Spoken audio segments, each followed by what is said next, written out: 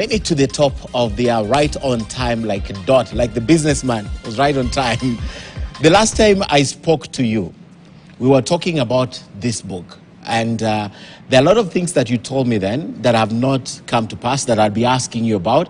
But you still maintain, however, one thing, that we have a huge debt and we can't simply get out of this debt. My question stemming from the last thing we said, are you saying we cannot as a country support ourselves right now? Just as I've explained, Ken, we are living beyond our means. Completely. The minute you are spending 80% of your revenue, 80 shillings of 100, on paying one item called debt, we are living beyond our means. In our homes, any bank risk person will tell you that if you borrow more than 30% of your income, 30% of your income, you are into what is called a debt trap. We entered that debt trap as a country, normally at 25%, we entered it, let us even say 30%. Of our revenue going to debt, we entered a debt trap. So now to operate, government needs to borrow more and more and more, and they've run out of room. They have milked us until they can't milk us anymore. And this government thinks that the solution now is to come back and tax us more to get out of this debt problem. Try and milk the same goose until it can't walk, till it can't breathe. It literally means that they would rather feed this debt of oligarchs out there than see Wanjigi get food in their house every day. 63% of Kenyans are multidimensional poor. 6 out of 10 struggle to put unga in their house, in their table every day. And you're saying you want to squeeze that person more, okay? Because you need to pay some oligarchs. I am saying this is the wrong direction for this nation. But they have a debt that they must pay. They have a debt that they must pay. And just like many times in our lives, when you can't meet your obligations, you say you can't meet them. This is one of those times. And I can tell you there are enough indicators that they are going to fail meeting them, even if they try this tax matter. Before I talk about that, do you think they can raise more revenue? No. From these measures that they put in place? No, they cannot. What do you mean they cannot? They cannot. They're asking us for more money. Look at their budget. Look at their budget. This year, we've calculated this financial year, they will raise 1.8. In the new budget coming, they are saying they are going to collect 2.9 billion in revenue. 1.1 billion, 1.1 trillion more than they are collecting today. From who? From who? People who are giving more money. What are you talking about? So they are squeezing us. Yes. Look at the whole fallacy of this. This is the same government that said, we are taking away your subsidy. We didn't have a subsidy because we were so rich and so comfortable. We had a subsidy because we actually needed it to live, to meet our expenses. That subsidy was on fuel, it was on electricity, and it was on unga. 3 items was the principal subsidy. They also said that because of that subsidy, because of removing that subsidy, they have saved 200 billion shillings. Annual saving? Annual. Okay. Right? So they've saved 200 billion by removing our cushion. All right? And then they come and load more taxes on us. How long do you think this punishment can go on? It is literally punishment. It means everybody is getting out there every day. And Kenyans work very hard. And it is a struggle and a deeper struggle every day just to make basic living. And they are loading more and more punishment on you. It's punishment. The president to do what? The president says there are about 20 reliefs in the Finance Bill 2023. Okay, Ken, did they increase or decrease? Reliefs? Cumulatively. Yes. You can talk about cumulatively. Okay. Is it increasing or decreasing? I don't want to nitpick. So you take 2, you take 3, and give back 1. Yes. Take 3, give back 1. Yes. So ultimately, cumulatively, it's still much. That's what you're saying. Cumulatively, yes. He is increasing taxes or not. Is he or isn't he? We are talking about increasing tax revenue from 1.8 today to 2.9. He is increasing. Is it possible, even with those increases, that we can get to 2.9? No, it's not. Why? This year, we were estimated to get 2.1. You can see we are 1.8. Same as the last financial year. In other year. words, we have reached the threshold. All right? And normally when you reach this threshold, in economic terms, you use what is called the Laffer curve. Right? You've reached a point of diminishing returns. The more you try and tax people, the less you're going to collect. And you have to make some hard decisions. What the government is not telling you is that they are doing this because they are addressing one monster in the room called debt. And in fact, it's only one person in this government I've heard him speak this with clarity, was Aaron Cheriot, the senator, majority leader. He was very clear. It is okay to say we don't pass the finance bill, we don't increase taxes, but you cannot do that without addressing the debt problem. Okay. All right? The debt issue is the monster in the room. Let me take you back. I'll talk about that. Let me take you back. Would you rather, where we are currently, that President William Ruto retained the subsidies? Because he says they were benefiting a few. No. Would you rather? I would rather we address the monster in the room. The monster is debt. Instead of postponing this problem, because even they are borrowing to give us subsidies, instead of postponing this problem and continuing the borrowing, you can see they keep borrowing. They keep borrowing. And they are not raising revenues, enough revenues to cover this borrowing. Let us address this monster in the room. And this monster is debt. If we can address it head on, we will deal with this problem. Okay. He is trying to raise more money to cover the debt through taxation. And you can see the pain. Wananchi are crying every day. And it's not a popularist thing to get out there and say, I'm going to tax in this budget. By the way, why would the president, who I'm sure will be looking for a re-election in 2027, why wouldn't he be sensitive to the needs of his electorate? It's necessity. He's doing it out of necessity. What is most unfortunate is that he's taking hold of a very unpopular agenda. He himself. He should have passed on that agenda to others to push. Like and I think CSS? we saw an attempt today on the housing fund, passing it on to others to push. It is a very unpopular agenda. This agenda has removed presidents and prime ministers everywhere in the world. This is no exception. It is a very unpopular agenda. And I don't know who advised him to take ownership of it. But he has a minister of finance. He has so many people. He's the president. He has an economic commission. They can take ownership of this policy. He is the president. The president is normally... When we rise with him. When he falls, the country falls with him. No, that's not true. The country will always be Kenya. Presidents come and go. Leaders come and go. We all come and go. But Kenya will always be Kenya. So don't say Kenya will fall because leaders have gone. I'm saying if Kenya falls, it falls under William Ruto. Yes. That's what I mean. If but we Kenya rise will and not we're fall. successful... Kenya will not fall. Yeah. Kenya will not fall as such. Right? We sometimes slip. We sometimes go through dips to get stronger for tomorrow. We get reset moment opportunities like we've got today. Today, the president has taken on an unpopular agenda. And he's the face of it. Yes, he is the face of it. Of bringing more pain to each and every one of our homes. And that is up to him. Because I don't see where the light is at the end of this tunnel of pain.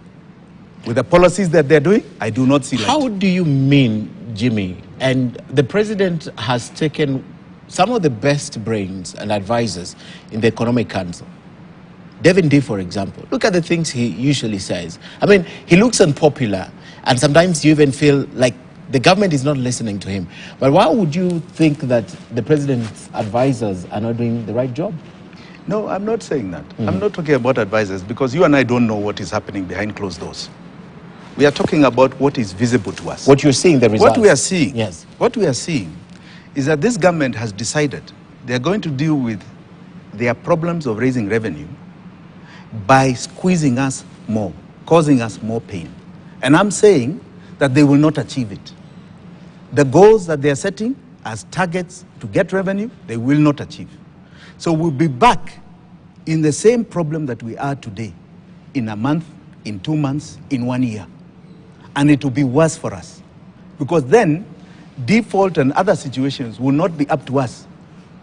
It will be the world that will be shutting us down. Okay. Now, I propose that we deal with the debt directly. Okay. As an expenditure, we cannot afford to see exiting this country while our people are hungry. I'm coming to that.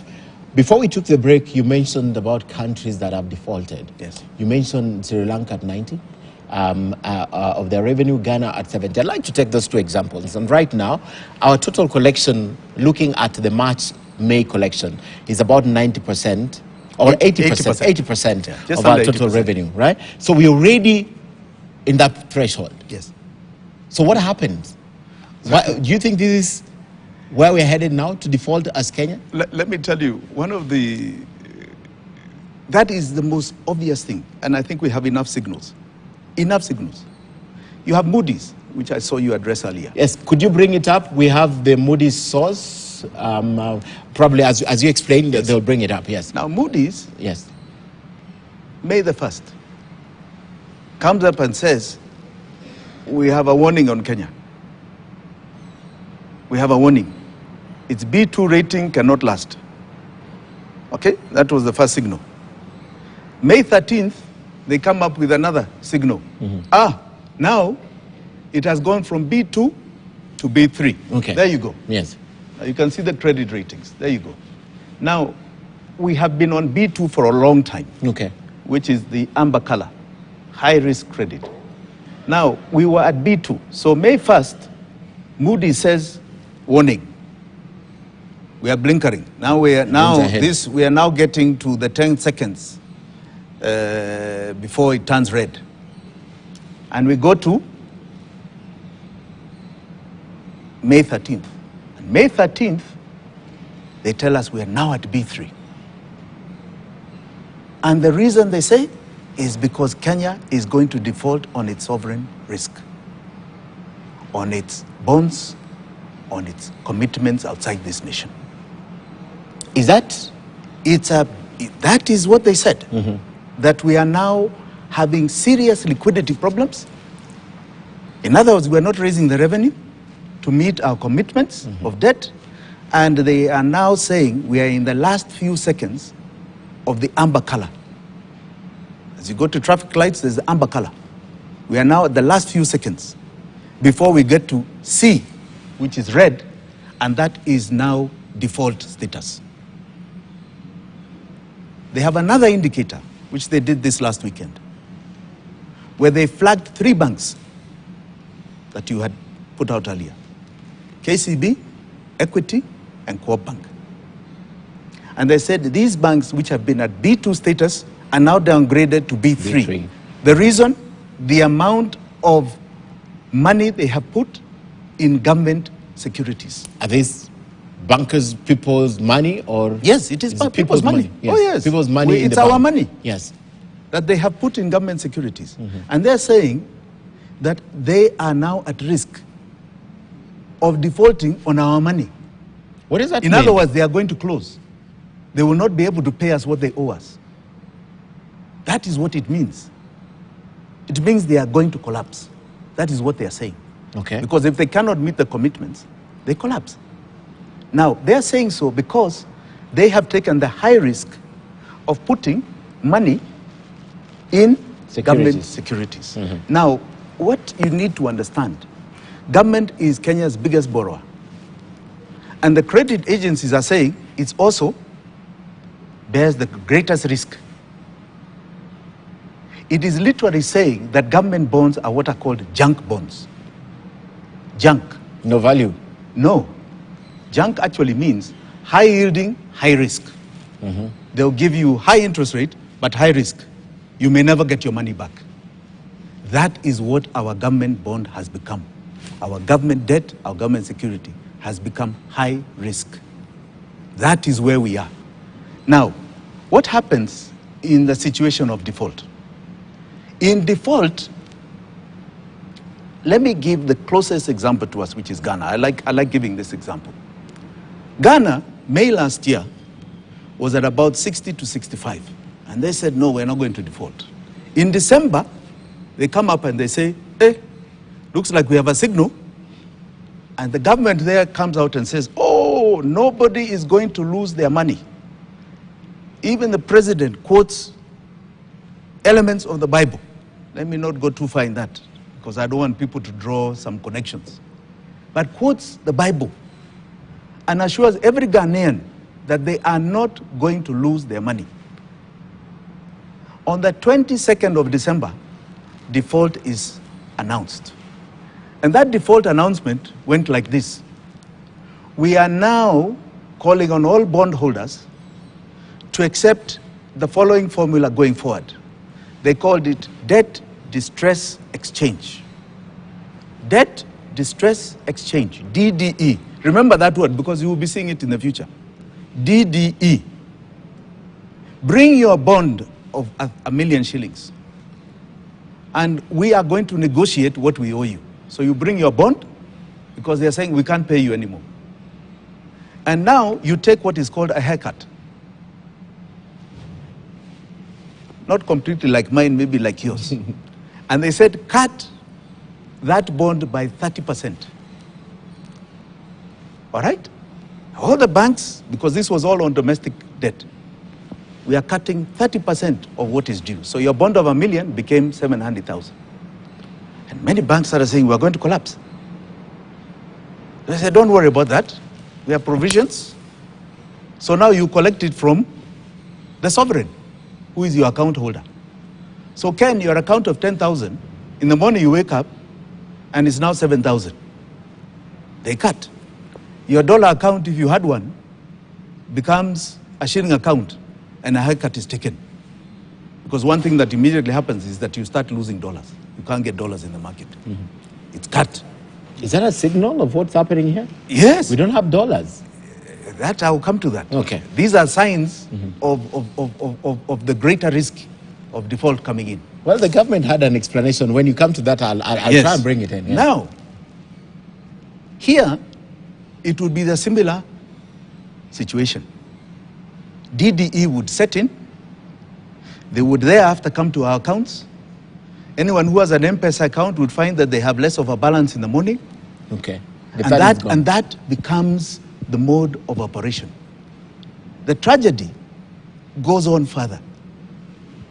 Nobody then wants to hold the shilling because it becomes a liability. Inflation in Ghana went up to 50%. It's now started coming down. Okay? That is Ghana. And that is even what we can say is a comfortable position. What has happened before in debt defaults, before Ghana, is a case, for example, in Lebanon, where debt default was all of a sudden, the banks had to close their doors. And from 2019 up until now, they are not open. So your money is locked in. There's no movement of money, even electronically. So M-Pesa would just stop. Everything would stop. And you are actually then at the bank's mercy. It decides how much money it's going to give you. This is where the sovereign is put to account for the actions of their government. We are the sovereign. And I think this is a great moment for Kenyans to understand that when you see a government taking action, when it takes debt, it's doing so on your behalf. And you are accountable at the end of the day. For countries like America and Europe, they went through the Great Depression to understand this. So you'll find, even as you're seeing America today, discussing debt ceiling and so on, why it's such a fight. I want you to understand that in America, only 13% of the revenue is going to debt. 13. And you can hear the hue and cry because they understand this debt monster. They have experienced havoc because of it. This is where we are. We are nowhere else. Okay. Okay. That's on default. I mean, there must be way out of this. So I'd like to discuss, because earlier on I said, because this is your preposition. There are other prepositions. Why would you think the president is still hell-bent on getting more taxes? You have told me it's not practical to get more money. Raila Odinga says, on the other hand, we need really no more taxes. I mean, you can't tax wananchi more than you have done.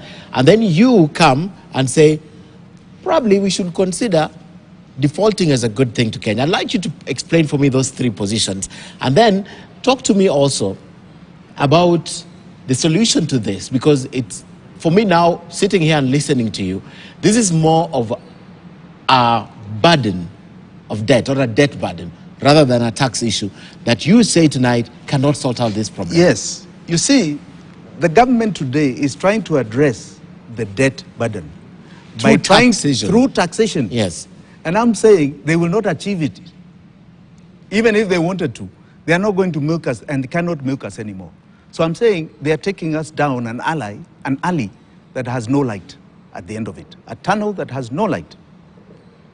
So we must, as a nation, accept that we have got to understand and deal with this debt, because it's a burden every day we live. Okay. And my solution Yes. are the following, because there are three options if you're dealing with debt.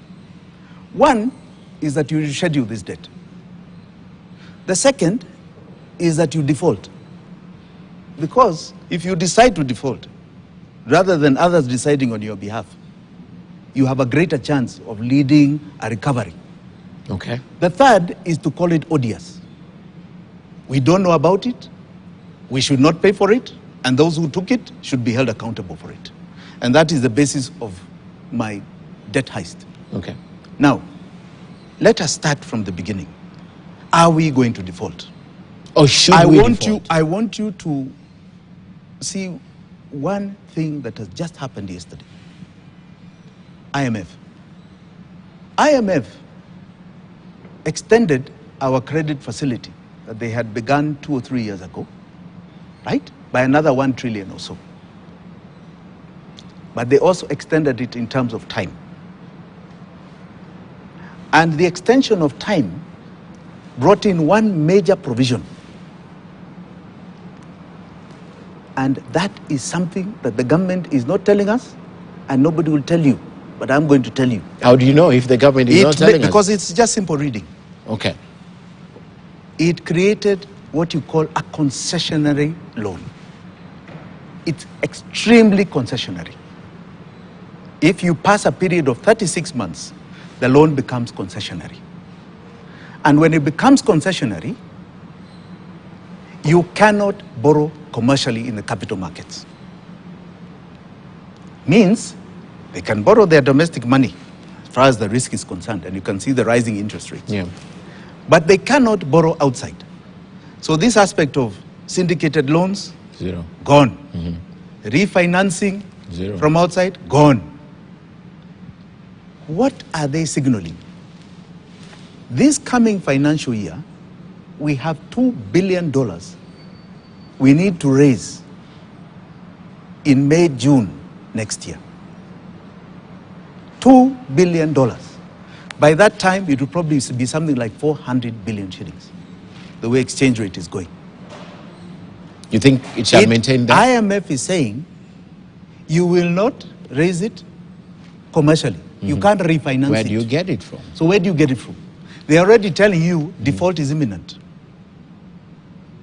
That was the signal. Okay. That was the signal.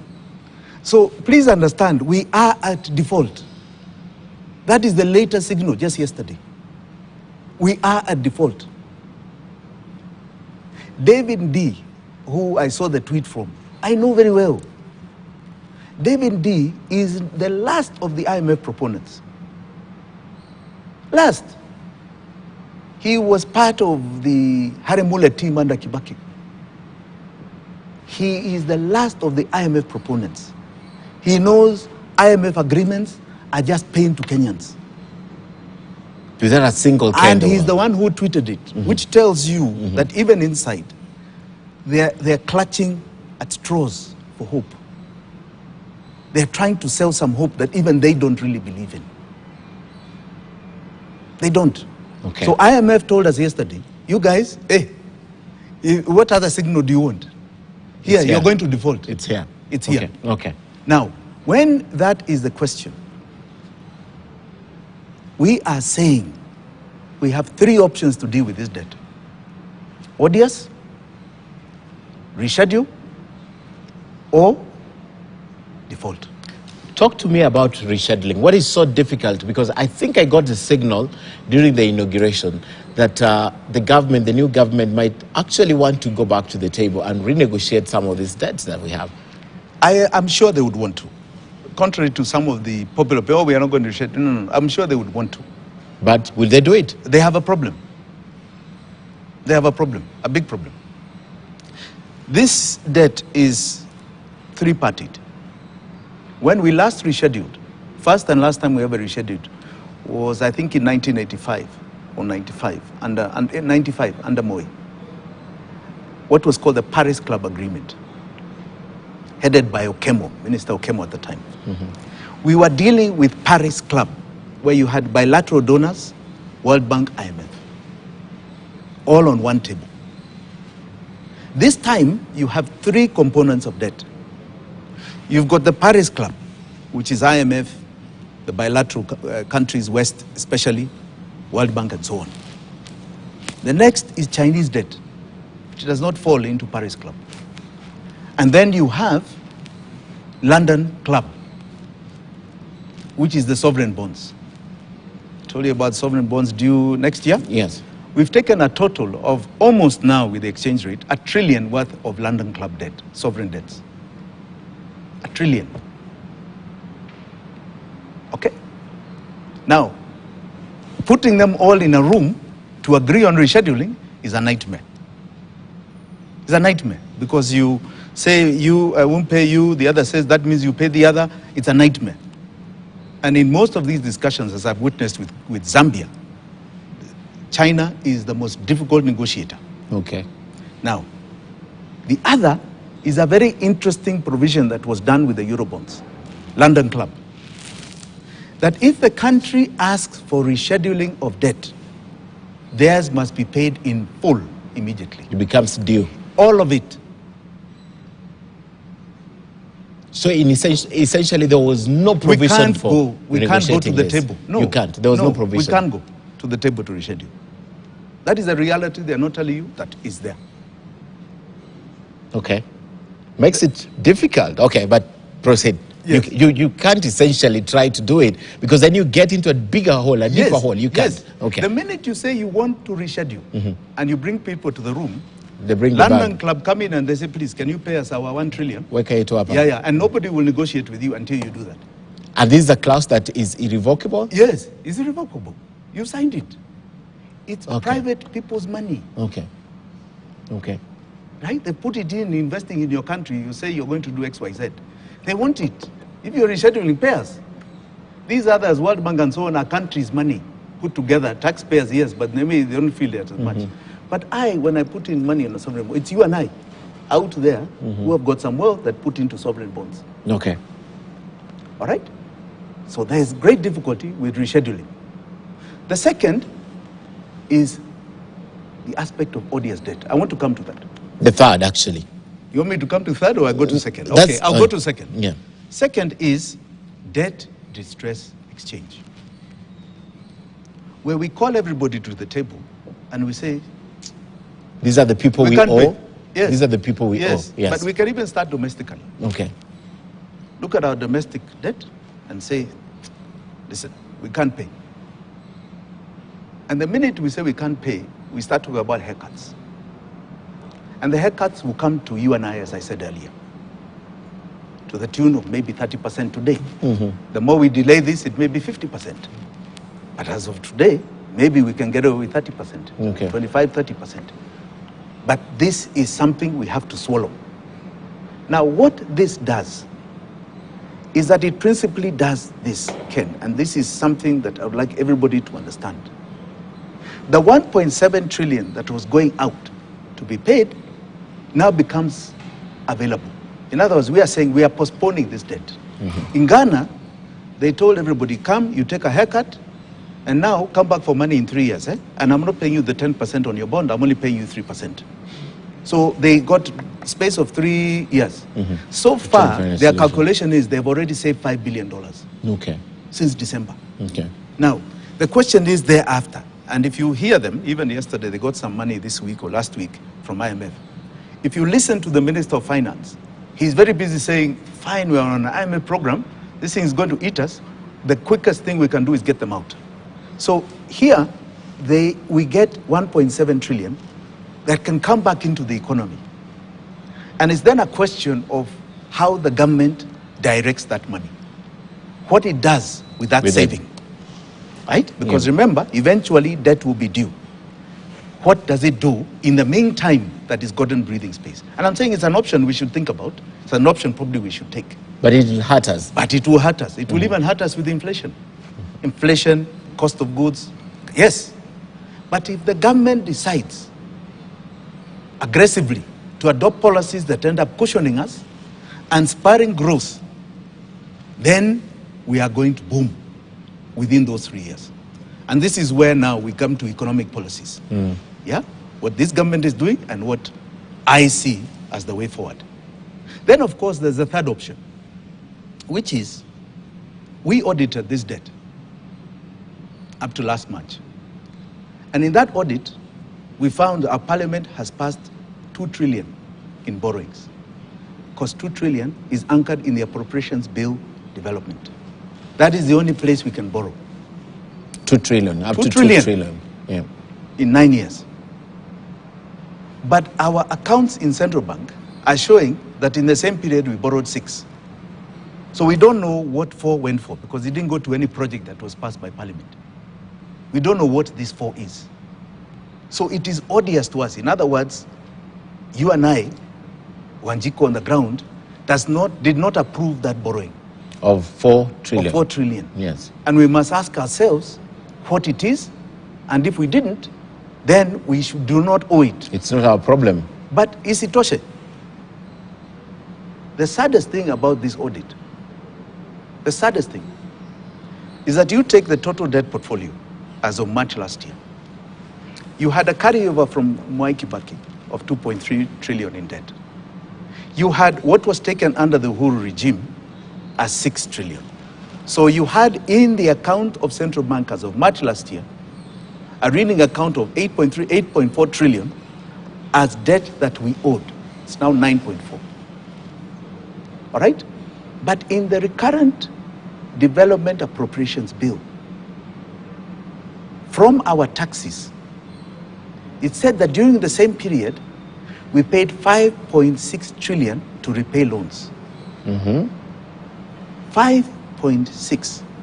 So our sweat, our taxes, raised 5.6 to pay back loans. But how come it is never appearing as a credit?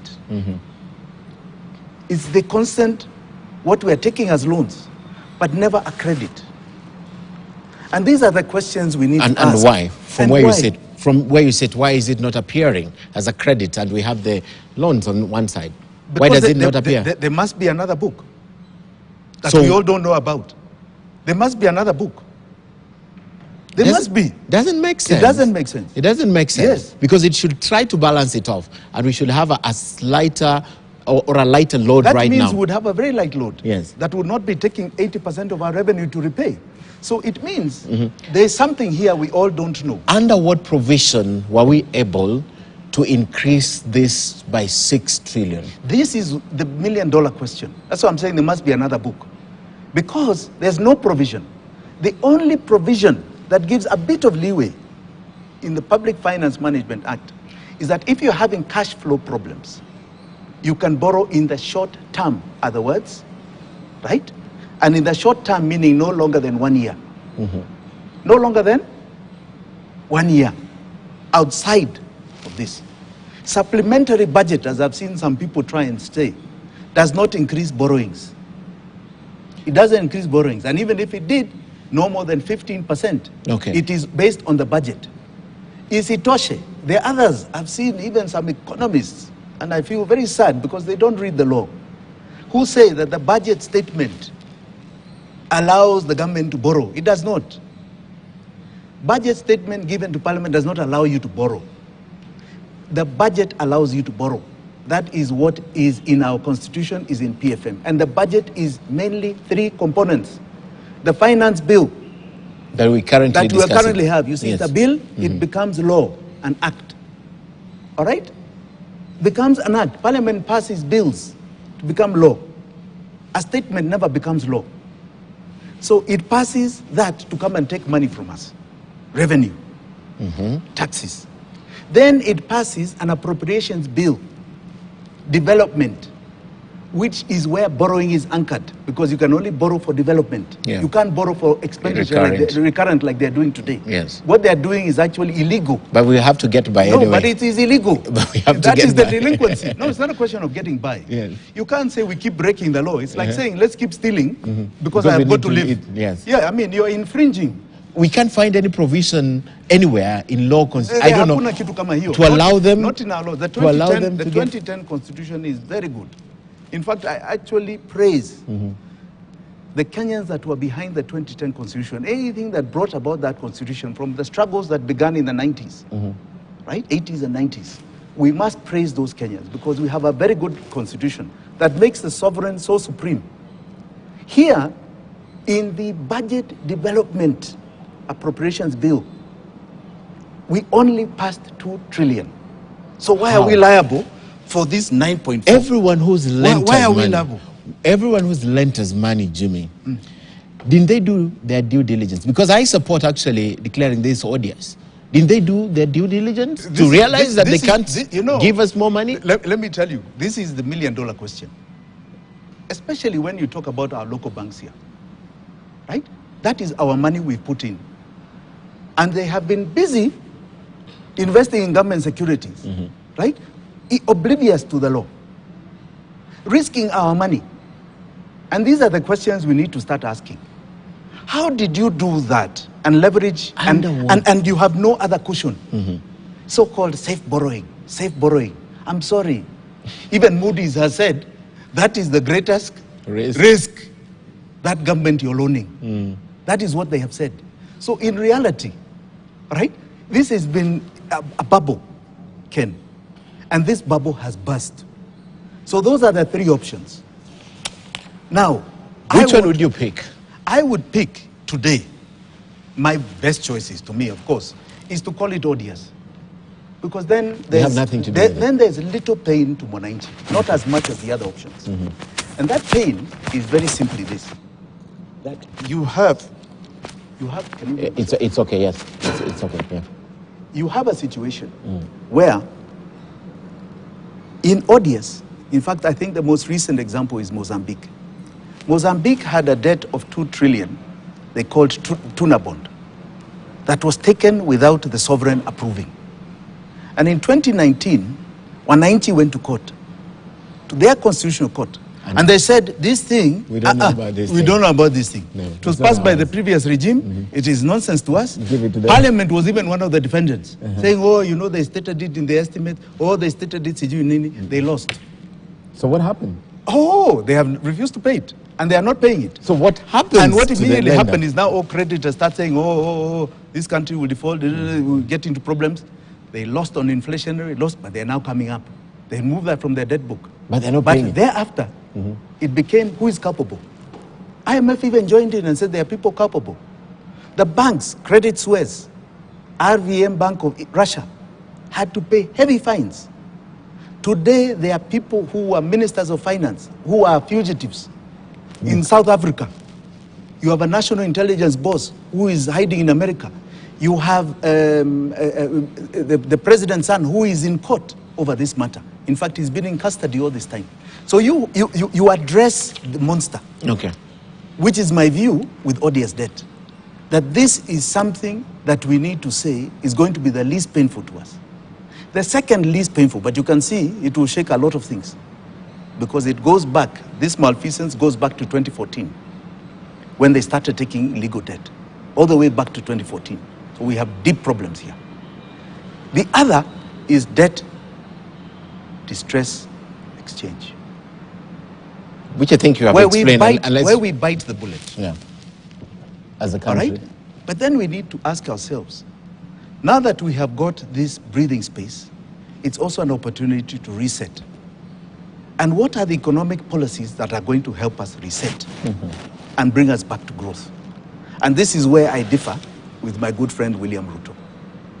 This is where I differ with him. This government, by the greatest signal we have seen called the finance bill, is continuing the same policies that have been there since 2013, 2014. In the last 10 years. In the last 10 years. They believe government is the driver of growth and the biggest driver of employment. It will create employment. You've seen them talking about housing. Housing. We invest in this housing. We are the drivers. We make it law. It will create employment. Government believes Hundreds of thousands of yes. That is what you call demand-side economics, where government believes that its spending, right, is the one that will push growth and remove unemployment. We have tried it. And where have we gotten? We've gone to 80% of our revenue going to debt. Okay. We have a crisis. Okay. Right? And really, I'm very glad, Ken, that you have brought this to this table today. Because this is really the topic we should be talking about. This should be what every media house should be talking about. Kenyans have advanced to understand an economy. An economy. They're understanding it in their own world. They're feeling pain. This is the greatest time for people to understand what policies do to them. What a sovereign is in relation to what happens up here. Why the price of unga is going up. Why the price of petrol goes up. They need to understand it. This is the greatest time when we are feeling pain. It's always the greatest time. So that we don't live in the dark. This school of thought that actually they don't have a means or a method of bringing the cost of basic commodities down. Is it true? Yeah, they can't. They're just raising taxes. So how? That's an input cost. What about if the government would implement... What have we seen? Okay. If you had a small factory today, to give you an example, you have now seen an increase in your electricity bill. You have seen an increase on VAT for fuel. Fuel is headed towards 200 shillings. Input cost. These are both input costs to your production. You are then seeing tax increase. What are you selling your product at the end of the chain? What are you selling it at? It has to translate to the end It's consumer. too expensive. And you're adding inflation on top of that. It's too expensive. So what customers are you going to have? So the first thing you do is you cut your production, you cut your labor. So this is not going to drive employment. It's going to make sure there is greater unemployment. Okay. And the method they have used over the last 10 years of demand-side economics, where government is the driver, has failed. My view, what you're calling Geminomics, is that we need to get to what you call supply-side economics. That means you get government out of our lives. We need lean, small government. We, as the private sector, are capable of growing ourselves, given breathing space, and showing where there's demand and growth, where there is opportunity for us to expand and reduce unemployment and create wealth. We can. And this premise is best anchored with Reaganomics. The late Ronald Reagan, 1981-89. correct, found a country very similar to what we have here today. Jimmy Carter left them a mountain of debt. They couldn't breathe. Right? You see now they are paying 13. They were at our rate 80s? at that time, 80s. Okay, of revenue going towards That's just 40 all years sorts ago. of things. And they tried to blame, oh, you know, we've been in wars, or we have been where, right? Reagan came in and said, now we are going to do supply-side economics. Right? I am going to reduce government in your life. So the first thing he did, when everybody thought he's a madman, is I'm reducing taxes, not increasing. I'm reducing taxes. I'm giving you space. Yeah. I'm giving you space. All right? And not only did he reduce taxes, he went on to say, I'm reducing government everywhere. In our case in point, government today is 30% of the money, right, in commercial banks. If the government says we are now moving out of that, they are freeing up 2 trillion immediately into the market. Today, government is another 70% of pension funds. If they say they are getting out of pension funds, in other words, they're telling them we have no securities to sell to you, no government bonds to sell to you, no nothing to sell to you. You're immediately taking on about 600 billion back into pension funds. And this thing and this has happens to look for other investment. You look at insurance money. Insurance as a whole scheme have invested over 500 billion to government securities. They get out of it. They get out of it. They now look for other investment. So I want you to imagine a situation where you're now going to your bank and the bank is begging you to take loans.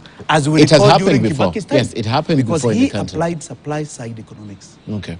So my friend William Ruto, when he was talking about being a good student of Kibaki, there are certain things he got wrong. The first is that, yes, tax increased. What he needs to understand is how did it increase? It did not increase by increasing tax on people.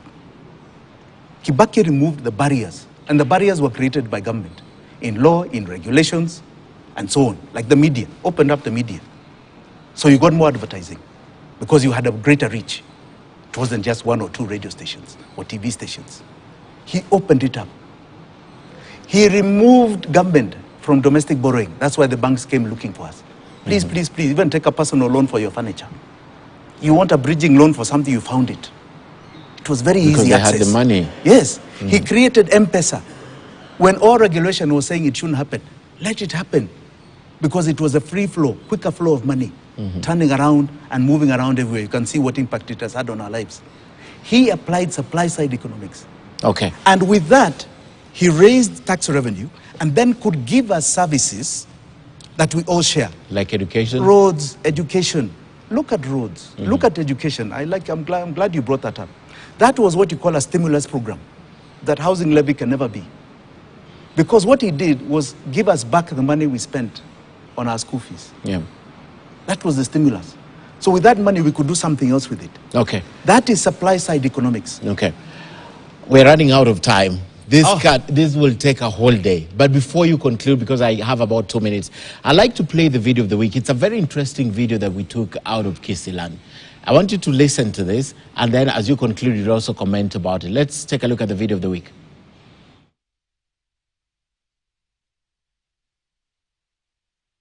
Maisha imepanda imeenda juu, si kupenda kwake, si kupenda kwake. Na wale watu wanapinga hiyo finance bill sana. Wacha niulize mtu wa rangi, umeisoma? Hujaisoma? Imetaka eti wale watu wanafanya kazi walipe kodi. Sasa nyinyi mkisema hapana hapana hapana, hao wasipolipa nyinyi maisha itakuja ekuwe chini kweli. Wacha hao walipe, sababu hao wanafanya kazi, mimi nafanya kazi, mimi nikwate kodi, alafu tulipe, nyinyi ndio maisha ifanye nini? Itaremuka. Sasa mkiwapigia makofi ati finance bill ni mbaya ni mbaya, sasa pesa itatoka wapi? Hala, hii ni biashara unajua? Hii ni biashara na kweli uzembe. Hawajasema mama mwenye anapika chang'aa alipe ushuru.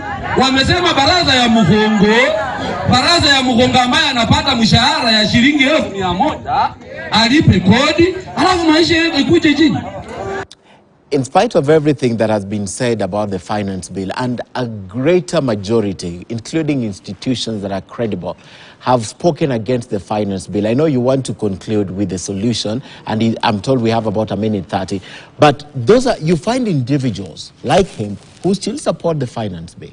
I think they don't understand our broader economy as much as they should. And this is why I'm so glad that we're having this discussion. And I hope you can have many more that are simplified for even the smallest of wananchi to understand.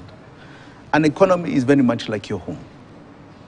How you govern the expenses of your home and the latitude you have. It's very much like that. I cannot force other people, and you cannot force other people to come and sustain you. Why are we supporting this so-called big government?